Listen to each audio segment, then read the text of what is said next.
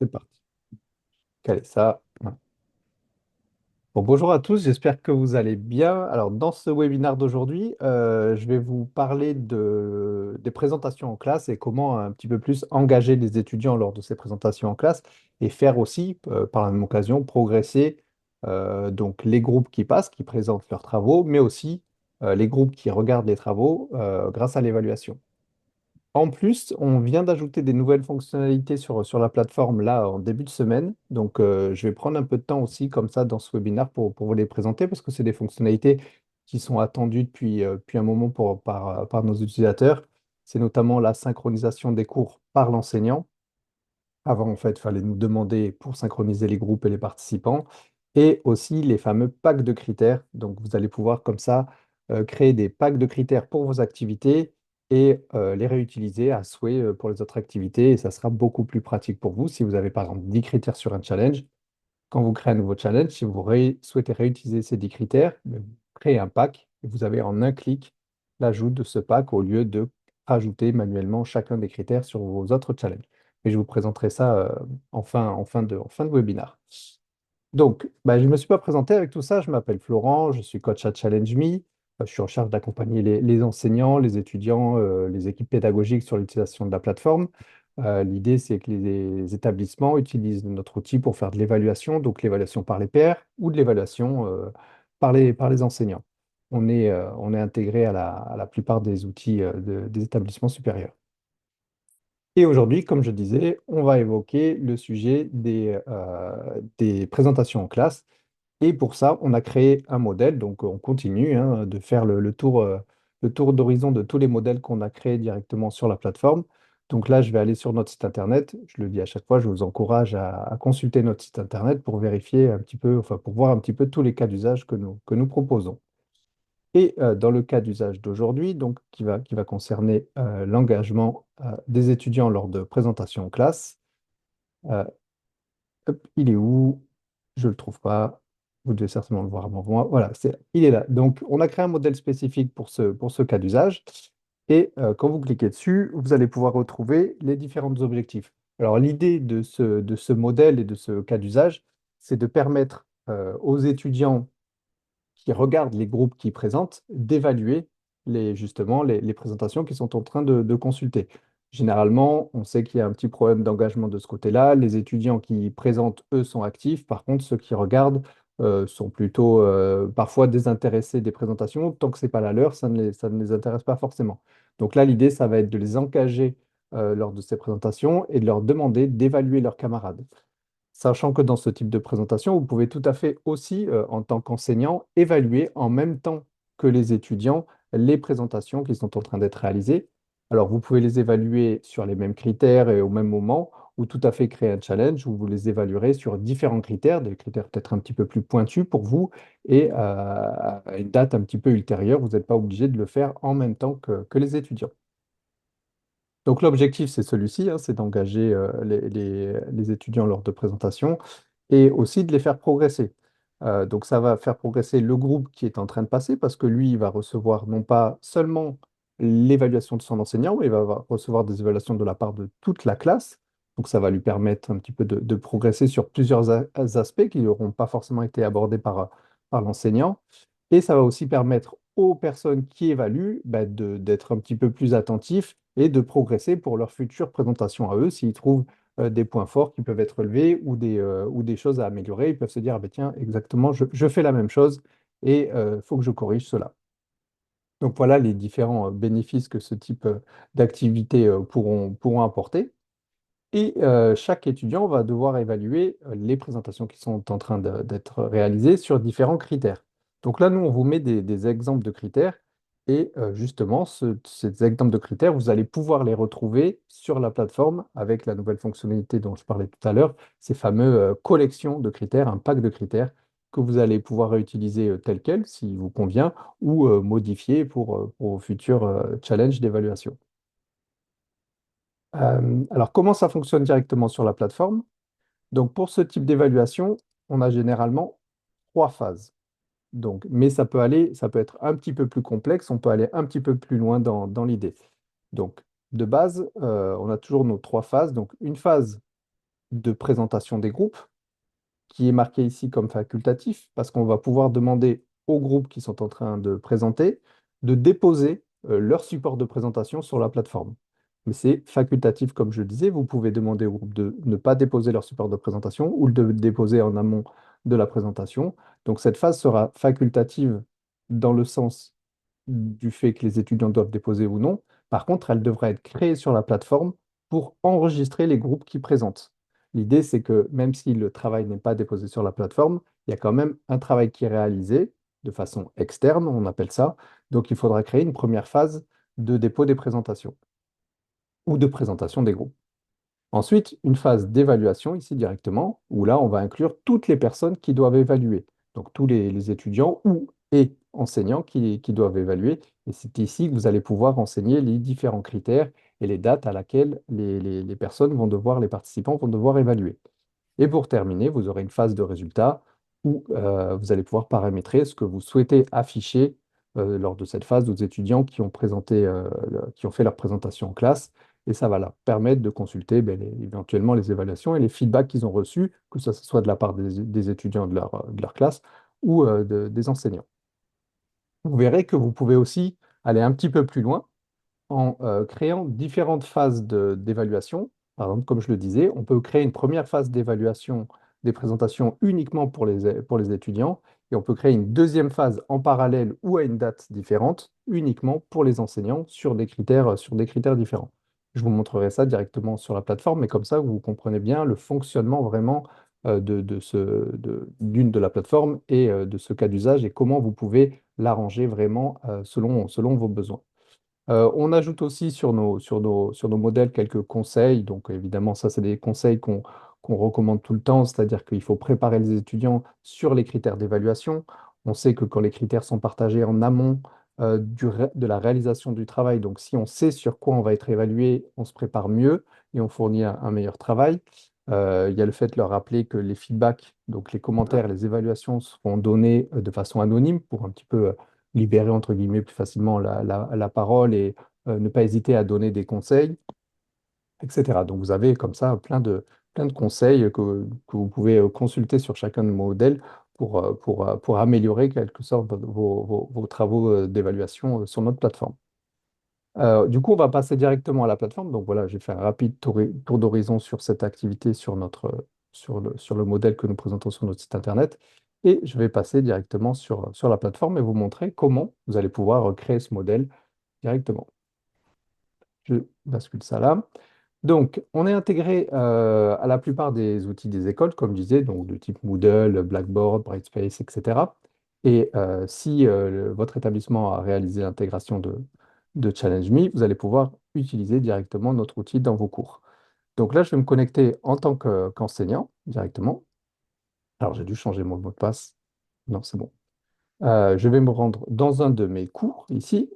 Donc, je vais aller dans un cours de démo, voilà, ici directement. Et donc là, pour ajouter une activité Challenge Me, c'est très simple. Vous passez en mode édition, vous allez dans la section dans laquelle vous souhaitez ajouter l'activité, vous cliquez sur Ajouter une activité et vous avez directement Challenge Me dans la liste. Alors ici, vous pouvez en voir plein pour nous, mais c'est évidemment pour nos tests. Vous, dans votre cas, vous n'aurez qu'une seule brique Challenge Me qui est affichée. Je vais nommer mon activité voilà, et je vais enregistrer et retourner au cours. Donc, j'ai ajouté mon activité dans mon cours et maintenant, je vais pouvoir la paramétrer pour vraiment mes besoins. Donc, je clique ici, je tombe sur la fenêtre donc, de la plateforme. Donc, la première page, alors cette page, je vous le dis, elle est amenée à un petit peu évoluer, c'est-à-dire qu'avant, elle était là pour faire la transition sur l'ancienne version de la plateforme et la nouvelle. Et donc, c'est pour ça qu'on proposait toujours un mode accompagné pour faire la transition et un mode direct pour se retrouver sur la nouvelle version de la plateforme. Et maintenant, ça fait plusieurs mois que la nouvelle plateforme, la nouvelle version est en ligne. Donc, on va enlever directement le mode accompagné. Il n'y aura plus que le mode direct. Et en fait, sur cette page, vous retrouverez simplement quelques guides pour vous accompagner, mais vous n'aurez plus ce choix à faire entre mode direct et mode accompagné. Donc là, je vais partir en mode direct et je vais me retrouver sur le choix des fameux modèles que vous allez pouvoir retrouver. Donc, c'est tous les modèles qu'on vous propose et qu'on vous présente chaque semaine en webinar. Je vais passer en anglais, voilà, en français, pardon. Et aujourd'hui, donc mon modèle, ça va être de l'évaluation de travaux et on va retrouver deux modèles. Donc l'évaluation des présentations en classe sans dépôt, comme je disais. Donc, je ne souhaite pas que les étudiants déposent leur présentation ou leur support de présentation sur la plateforme ou un modèle qui est déjà prêt avec une phase de dépôt de travaux où je souhaite que mes étudiants déposent leurs travaux. Je vais partir sur le modèle avec dépôt, comme ça il sera complet et je vais pouvoir vous présenter la différence entre les deux. Donc là, vous cliquez simplement sur Créer. Et ici, vous avez plusieurs sections. Donc, il y en a vraiment deux qui sont importantes. Les autres, c'est juste du récapitulatif et des informations de connexion qui sont destinées si vous avez des problèmes techniques à nous communiquer. Donc, pour les informations générales ici, vous avez simplement deux choses qui sont importantes. C'est le titre du challenge. Donc, vous pouvez mettre le titre que vous souhaitez et le résumé du challenge ici. Donc, vous allez pouvoir expliquer, c'est les consignes générales, expliquer au global ce que les étudiants vont devoir réaliser lors de ce challenge. Vous avez quelques petits éléments de cosmétique ici. Vous pouvez ajouter une image de profil. Il y a déjà une image de couverture. Voilà, ça c'est juste pour embellir un petit peu votre challenge. Donc c'est tout pour la partie information générale. Si vous faites des modifications, n'oubliez pas de cliquer sur enregistrer.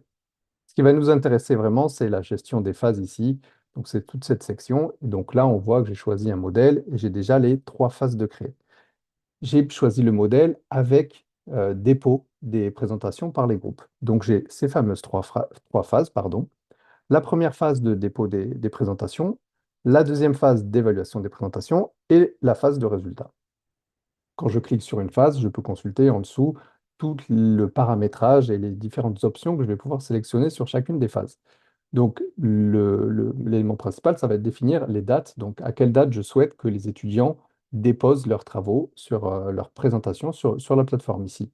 Donc, vous allez pouvoir définir des dates, éventuellement autoriser des dépôts en retard. Si vous dites, bon, ben, il y a certains qui vont peut-être déposer en retard le 7 octobre à 17 heures, je peux dire, bon, ben, je leur laisse allez, quelques heures de plus et je leur laisse jusqu'à 20 heures pour déposer leurs travaux directement. Vous allez pouvoir activer des notifications, donc qui vont relancer les étudiants pour leur dire l'activité a démarré, attention, vous n'avez pas encore déposé vos travaux, etc. Donc il y a des notifications automatiques qui peuvent être activées sur chacune des phases. Vous allez pouvoir définir des consignes. Alors on a toujours des consignes par défaut, mais vous pouvez les modifier si besoin. Donc les consignes sont contextuelles selon les modèles. Donc voilà, vous pouvez les consulter, éventuellement les ajuster, mais généralement, elles devraient coller à peu près à ce que vous souhaitez. Et dans les options, alors c'est ça dont je voulais vous parler, c'est là, en l'occurrence, j'ai demandé un dépôt de travaux par mes étudiants, mais si je souhaite utiliser le template sans dépôt des travaux, la grande différence qu'il y aura avec ce modèle-là, c'est que dans les options de la phase de dépôt des travaux, il y aura la case dépôt externe cochée. Donc le dépôt externe, c'est lorsque les étudiants ne doivent pas déposer leurs travaux sur la plateforme. Alors pourquoi on crée quand même une phase? C'est qu'on a besoin de savoir les groupes qui présentent. Donc là, ça ne sera pas des dépôts de présentation ici, ça sera plutôt inscription des groupes, par exemple. Vous nommerez cette phase inscription des groupes et vous pourrez inscrire les participants qui présentent. Par contre, en cochant cette case, cette phase-là ne sera pas n'aura pas ne demandera pas aux étudiants de déposer leurs travaux, mais nous aurons quand même connaissance des groupes. Donc, elle est importante à comprendre. Cette notion est importante à comprendre. De dépôt externe, c'est uniquement si vous ne souhaitez pas que les étudiants déposent un travail sur la plateforme, mais puissent s'évaluer par la suite. Voilà, et après, vous avez différentes options. Donc là, par défaut, ben, comme c'est des présentations en classe, on a un libellé de type de contribution qui est mis sur présentation, mais vous pouvez en choisir d'autres sur d'autres types d'activités. Et là, vous allez pouvoir sélectionner les participants, donc les fameux groupes qui vont présenter à ce moment-là. Si vous, je vais un peu plus loin, mais si vous avez plusieurs groupes qui présentent à des dates différentes, en fait, vous allez pouvoir créer autant de phases de dépôt des travaux que vous souhaitez ici. Si je souhaite qu'un premier groupe évalue, alors, hop, dépose leur travail généralement, on leur demande de déposer dans la journée, la veille de la présentation, par exemple. Voilà, ici, ils devront déposer le 1er octobre. Je peux créer une deuxième phase et j'inscrirai un deuxième groupe qui doit déposer, lui, le 2 octobre parce qu'il passe le 3, etc. Vous pouvez créer autant de phases de dépôt de travaux que vous souhaitez et autant de phases d'évaluation de présentation que vous souhaitez dans un challenge. C'est vraiment pour vous arranger, pour coller au mieux aux présentations qui sont en train d'être réalisées chaque jour. Parce qu'on sait que tous les groupes ne peuvent pas présenter dans la même journée parfois. Donc, si ça s'écoule sur plusieurs jours, n'hésitez pas à créer plusieurs phases de dépôt des travaux s'ils doivent déposer et plusieurs phases d'évaluation pour qu'ils puissent réaliser les présentations sur plusieurs jours. Euh, donc là, voilà, on a vu et pour inscrire les participants. Hop, ici, vous cliquez sur participants et vous allez pouvoir inscrire de façon individuelle si les présentations se font de façon individuelle, en équipe si les présentations se font en groupe, ou vous allez pouvoir importer des participants ici directement via un fichier Excel. Alors la différence entre cette fonctionnalité et les deux autres, c'est qu'ici, on va récupérer les groupes ou les participants, si vous cliquez sur inscrire individuellement, de votre cours directement. Donc si vos groupes ne sont pas dans votre cours, vous allez pouvoir les importer via un fichier Excel. Mais s'ils sont dans votre cours, vous n'avez simplement qu'à cliquer sur Inscrire en équipe ici et vous allez retrouver ici tous les groupes de votre cours. Alors vous allez pouvoir retrouver les groupes, les groupings, donc les groupements, c'est des ensembles de groupes, tous les groupes de votre cours et tous les utilisateurs. Si vous voulez sélectionner les groupes, c'est très simple, vous cliquez sur tous les groupes et ici je retrouve mes 5 groupes, donc j'en ai même un sixième, mais je ne veux pas l'inclure par exemple, et je vais pouvoir cliquer ici pour sélectionner mes 5 groupes. La grande nouveauté, c'est que maintenant, vous voyez, je peux basculer en mode édition, en fait, sur cette interface, et je peux, en tant qu'enseignant, avant, ce n'était pas possible, synchroniser mon cours, en fait, cet espace avec mon cours. C'est-à-dire que s'il y a eu des changements de groupe, s'il y a eu des utilisateurs qui ont été ajoutés, je vais pouvoir cliquer ici sur synchroniser. Je vais le faire. Hop. Je vais dire que je veux synchroniser simplement mes utilisateurs parce que j'ai un nouvel utilisateur qui a été rajouté. Et vous allez pouvoir comme ça synchroniser. Alors ça peut prendre un peu de temps selon le nombre de personnes qu'il y a dans votre cours. Mais voilà, ça se fait maintenant. Vous pouvez réaliser cette opération et vous pouvez comme ça récupérer les nouveaux inscrits directement. Avant, il fallait nous demander à notre équipe de synchroniser à chaque fois. Donc vous nous demandiez de synchroniser, on faisait la synchro et on vous disait c'est bon, ça a été réalisé et vous retrouvez vos groupes. Maintenant, vous pouvez le faire directement de votre côté. Donc voilà, ça c'était une des nouveautés. Donc je vais désactiver le mode édition et retrouver mes groupes ici directement et je vais les inscrire pour mes présentations. Je sélectionne ici, il me confirme bien qu'il y a 5 équipes qui vont être inscrites. Voilà. Et ici, je vais retrouver ici directement mes groupes dans mon challenge, dans ma phase de dépôt des présentations. Alors ici, on voit que j'ai un petit message, je n'avais pas fait attention. J'ai une personne qui est inscrite dans 2 groupes. Donc Lina Bertrand est écrite dans le groupe A et elle est inscrite dans le groupe E. Alors là, ici, vous pouvez tout à fait réajuster vos groupes à la volée dans le challenge. Ça n'aura pas d'impact dans votre cours, hein, c'est uniquement ici dans le challenge. Et je vais par exemple désinscrire Lina Bertrand de ce groupe-là parce qu'elle ne doit pas être là, elle est uniquement dans le groupe E et ça m'efface bien le message. D'ailleurs, j'en profite, vous pouvez tout à fait ajouter et modifier les groupes si besoin. Donc, en cliquant sur un groupe, vous pouvez ajouter des participants et en cliquant sur un participant, vous pouvez le déplacer vers un autre groupe si besoin. Donc, souvent, on nous demande des ajustements de groupe parce que des personnes se rajoutent ou des personnes sont déplacées. Sachez que vous pouvez le faire directement dans le challenge par vous-même, il y a aucun problème, voilà, comme ça, avec cette fonctionnalité. Donc voilà pour la partie dépôt des présentations et ensuite on va regarder la phase d'évaluation. Donc pareil, je clique dessus, je vais retrouver les différentes options, donc à quelle date se déroule l'évaluation, les consignes, comme je disais, des consignes par défaut, et les critères d'évaluation. Donc, par défaut, dans ce modèle-là, on a déjà des critères d'évaluation. Donc, vous pouvez utiliser ces critères si vous le souhaitez. Si vous avez déjà votre propre grille de critères, vous pouvez tout à fait supprimer les critères qui sont ajoutés par défaut. Ou si les critères vous conviennent, mais que vous souhaitez les ajuster, ben, vous pouvez tout à fait les renommer ou renommer la description ou changer les modalités d'évaluation. Petit rappel, on propose plusieurs modalités d'évaluation. Par défaut, ici, là, c'est des étoiles. Donc, chaque étudiant devrait évaluer chacun des critères de 1 à 10 étoiles. Mais vous pouvez, si besoin, changer cette modalité d'évaluation pour passer sur des nombres. Ce ne sera plus des étoiles, ce sera un score à donner.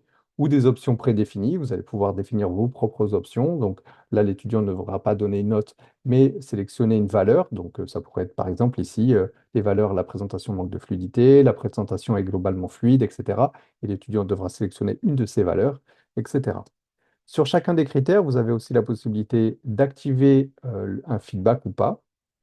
Donc là, pour ce modèle-là, c'est activé. Donc chaque étudiant devra, en plus de donner une évaluation de 1 à 10 étoiles, laisser un commentaire, un feedback sur chacun des critères et expliquer le pourquoi de sa notation. Et on voit que le feedback a été rendu obligatoire. Vous pouvez le désactiver, l'activer si besoin, indépendamment sur chacun des critères. Donc on propose, voilà, comme je disais, 5 critères ici. Et maintenant, la nouveauté, c'est que vous pouvez créer vos propres packs de critères. Alors, je reviens un petit peu sur le menu. Je sors un petit peu du challenge ici pour vous présenter cette nouveauté. Et ici, vous avez vos critères d'évaluation. Quand vous cliquez ici, ce n'est pas lié au challenge, hein. Tout ce qu'on est dans le menu, c'est vraiment votre compte.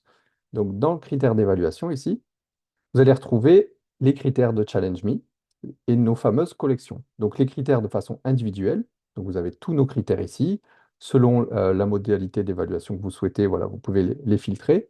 Et vous avez aussi maintenant, donc la nouveauté, c'est que vous avez des collections de critères. Et là, vous retrouverez une première collection, on est en train de les créer, c'est pour ça qu'il n'y en a qu'une pour le moment, une première collection de critères qui se nomme présentation en classe et qui va contenir ces 5 critères présents ici sous le système de notation d'étoiles. Et donc, vous pouvez l'utiliser tel quel, mais vous allez surtout pouvoir créer vos propres critères ici. On est dans les critères Challenge Me, mais dans vos propres critères ici, vous allez pouvoir créer votre propre grille de critères et éventuellement vos propres collections de critères. Et ça va être intéressant parce que si vous le créez une fois, vous allez pouvoir réutiliser cette collection sur autant de challenges que vous souhaitez en un clic. Donc, imaginons que vous créez votre collection ici. Quand vous retournez dans votre challenge, je vais retourner sur ma phase d'édition de mon challenge ici, sur ma phase d'évaluation, dans la partie critères d'évaluation. Et quand vous cliquez tout en bas sur Ajouter une collection de critères ici, vous allez pouvoir trouver vos collections et vous allez pouvoir ajouter directement en un clic l'ensemble des critères qu'il y a présents dans cette collection. Donc vous pouvez comme ça créer différentes collections pour différents travaux, que ce soit ben voilà, une présentation en classe ou une évaluation des membres de son groupe, etc. Vous pouvez créer vos collections comme vous le souhaitez et réutiliser vos critères de façon très simple en un clic sur tous vos challenges. Donc voilà pour cette petite nouveauté et cette fonctionnalité de collection de critères. Comme je disais, pour l'instant, on est en train de les ajouter, mais à terme, vous aurez plein de collections de critères Challenge Me que vous pourrez réutiliser à vos souhaits. On va continuer sur le paramétrage. Donc, on a donc là, on était sur les critères d'évaluation. Vous avez différentes options. J'ai parlé du feedback par critère, mais vous avez aussi un feedback qui est global, général, à l'ensemble de l'évaluation, que vous pouvez activer, désactiver et rendre obligatoire. Vous allez pouvoir sélectionner, ça c'est important, le nombre d'évaluations que chaque participant devra réaliser. Donc par défaut c'est 3, mais vous pouvez définir le nombre que vous souhaitez. Sachant que, imaginons, j'ai 4 groupes qui passent, que moi je vais évaluer, mais je fais aussi partie d'un des 4 groupes qui passent. C'est pas un souci si vous mettez 4, je ne vais pas évaluer mon propre groupe. En fait, la plateforme bloque cela, vous ne pouvez pas évaluer, un participant ne pourra pas évaluer son propre travail ou son propre groupe. Donc, quand vous ne savez pas trop le nombre de groupes, vous pouvez mettre un nombre élevé et vous êtes sûr que les personnes n'évalueront pas leur propre groupe sur la phase d'évaluation. Et ensuite, on va inscrire les participants. Donc là, pour ça, vous avez toujours les options d'aller les chercher de façon individuelle ou en équipe via votre cours, ou l'option de les intégrer via un fichier Excel. Mais sur une phase d'évaluation, vous pouvez aussi tout à fait synchroniser des participants avec une phase précédente. Donc là, si je retourne sur ma phase de dépôt des travaux, j'avais mes 5 groupes ici qui ont été ajoutés. Et sur ma phase d'évaluation, je vais pouvoir dire, eh ben, je souhaite euh, rajouter directement les mêmes personnes, les mêmes 5 groupes pour l'évaluation. Donc si vous cliquez sur à l'identique, les évaluations vont être réalisées en groupe. Donc là, c'est 5 étudiants qui vont devoir donner une évaluation commune sur les travaux, sur les présentations des autres groupes, etc. Si vous souhaitez cette fois récupérer les mêmes participants, mais de façon individuelle, vous pouvez les inscrire individuellement. Donc je récupère exactement les participants des 5 groupes, mais je les inscris individuellement sur la phase d'évaluation et ils vont devoir réaliser ces évaluations de façon individuelle. Et on voit là qu'on n'a plus la notion de groupe et c'est chaque étudiant individuellement qui va aller évaluer les présentations des autres classes. Alors, c'est deux objectifs différents. Le fait de les ajouter individuellement va permettre à chaque groupe de recevoir beaucoup d'évaluations, beaucoup de feedback. Et le fait de les ajouter en groupe va apporter le fait de demander à chacun des groupes de discuter entre eux pour fournir une évaluation commune. Donc, c'est un objectif un petit peu différent pour chacun des cas d'usage, mais les deux peuvent être réalisés sur la plateforme. Dans certains cas, vous avez besoin de dire, ben, j'ai beaucoup de groupes qui vont passer, mais je veux que tel groupe n'évalue que le groupe 1, le 2, le 3. Par défaut, c'est aléatoire. C'est le nombre de travaux le nombre de groupes seront, à évaluer seront définis ici. J'ai mis 4. Mais vous avez la possibilité de fixer cette évaluation et de dire spécifiquement qu'un évaluateur doit évaluer ou qu'un groupe doit évaluer tel groupe ou tel étudiant. Voilà, c'est une fonctionnalité qui existe. Par défaut, vous n'avez pas à vous soucier de ça, c'est la plateforme qui s'occupe de tout. Mais parfois, dans certains cas d'usage, on souhaite que, par exemple, Lina Bertrand, je veux qu'elle évalue vraiment spécifiquement le groupe C et le groupe D, etc. Et que le groupe A et le groupe B ne lui soient pas proposés en évaluation, etc. Et donc, vous pouvez réaliser cela directement dans la partie allocation des évaluateurs. Et on va passer à la phase de résultat, ici directement. Et sur la phase de résultat, vous allez pouvoir définir à quelle date vous souhaitez que les scores soient calculés directement ici par la plateforme. Éventuellement, proposer une petite consigne. Donc là, ce n'est pas vraiment une consigne, c'est plus un mot de la fin qui sera affiché sur la plateforme pour les étudiants lorsqu'ils consulteront leurs résultats. Vous pouvez aussi ajouter éventuellement des corrections, des choses comme ça en PDF si besoin. Et vous avez deux onglets qui vont être importants pour cette phase. C'est tout le système de notation. Donc, vous pouvez définir le nombre sur la note, la note sur combien vous souhaitez que la note soit calculée. Donc, par défaut, c'est 10, mais vous pouvez tout à fait mettre 5, 20, etc. Le nombre est libre. Vous allez pouvoir définir éventuellement des coefficients. Donc ça, les coefficients, ça va être surtout y être utilisé si vous avez plusieurs phases d'évaluation et que vous souhaitez que chaque phase d'évaluation n'ait pas le même poids dans le calcul du score. Donc vous pouvez paramétrer tout cela. Vous avez aussi la possibilité de mettre des coefficients par critère, éventuellement aussi des pénalités de retard pour les étudiants qui auraient déposé leurs travaux en retard éventuellement ou évalué leurs camarades en retard si vous avez autorisé les dépôts et les évaluations en retard. Idem, vous pouvez sanctionner les étudiants qui n'ont pas du tout participé à l'évaluation et leur mettre des pénalités, des points en moins. Et pour les options d'affichage, ici, vous allez pouvoir définir ce que vous souhaitez afficher aux étudiants. Donc, par défaut, il y a toujours la moyenne, la note globale, et ensuite les feedbacks reçus. Vous avez la possibilité de complètement masquer les résultats aux étudiants. Donc là, les étudiants ne pourront pas du tout consulter leurs résultats, leurs notes, leurs moyennes, etc. Mais vous pouvez aussi aller plus loin et afficher la moyenne de l'ensemble de la classe, le détail de chaque évaluation reçue, donc pas juste leur moyenne, ils verront la note, toutes les notes qu'ils ont reçues, l'ensemble des feedbacks reçus, etc. Par défaut, tout est anonyme, comme je le disais tout à l'heure sur la plateforme. Donc, quand je vais recevoir des feedbacks, je ne vais pas savoir qui m'a donné tel feedback, mais vous avez quand même la possibilité de lever cet anonymat ici en cochant cette case et les étudiants pourront consulter le nom des personnes qui les évaluaient en plus des évaluations reçues. Voilà. Faites attention si vous voulez que ça soit bien anonyme, évidemment pas cocher cette case. Voilà pour la partie création. Donc, comme je disais, vous pouvez ajouter autant de phases que vous souhaitez pour ajuster votre challenge et vos dates d'évaluation comme vous le souhaitez. Je vais passer rapidement pour vous présenter, c'est quasiment l'heure, donc je vais passer rapidement pour vous présenter l'aperçu. Ici, vous avez un bouton pour voir l'aperçu côté étudiant, pour voir un petit peu ce que verront les étudiants dans leurs évaluations.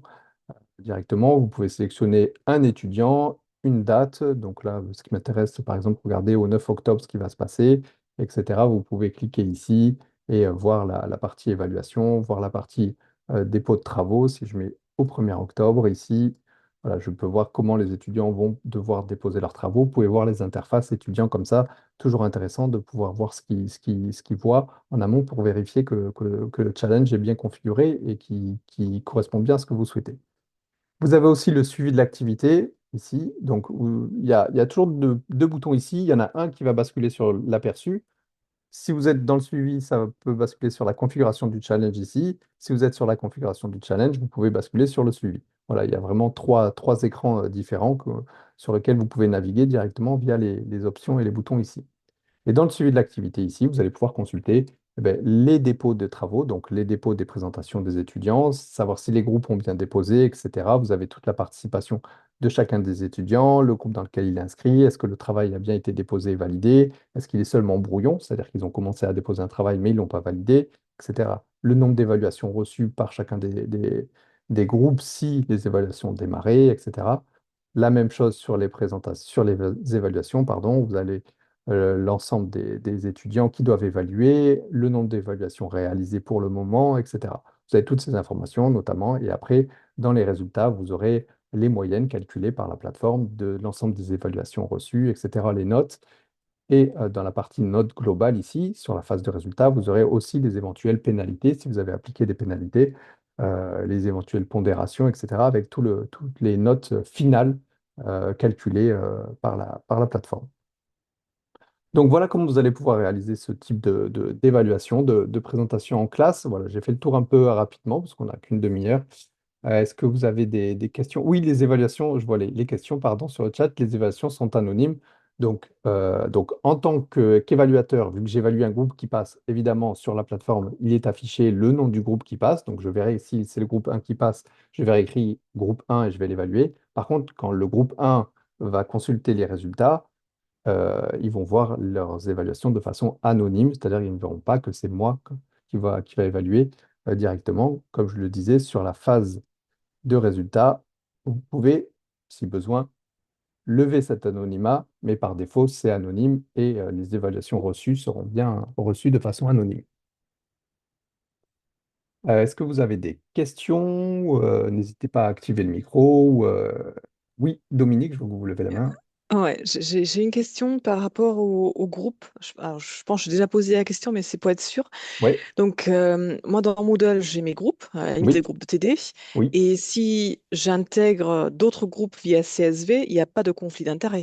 Du tout, du tout. En fait, il Ah, faut ok, vraiment super. faire la distinction entre ce que vous avez dans Moodle, en fait, pour expliquer ici, si je vais dans les participants.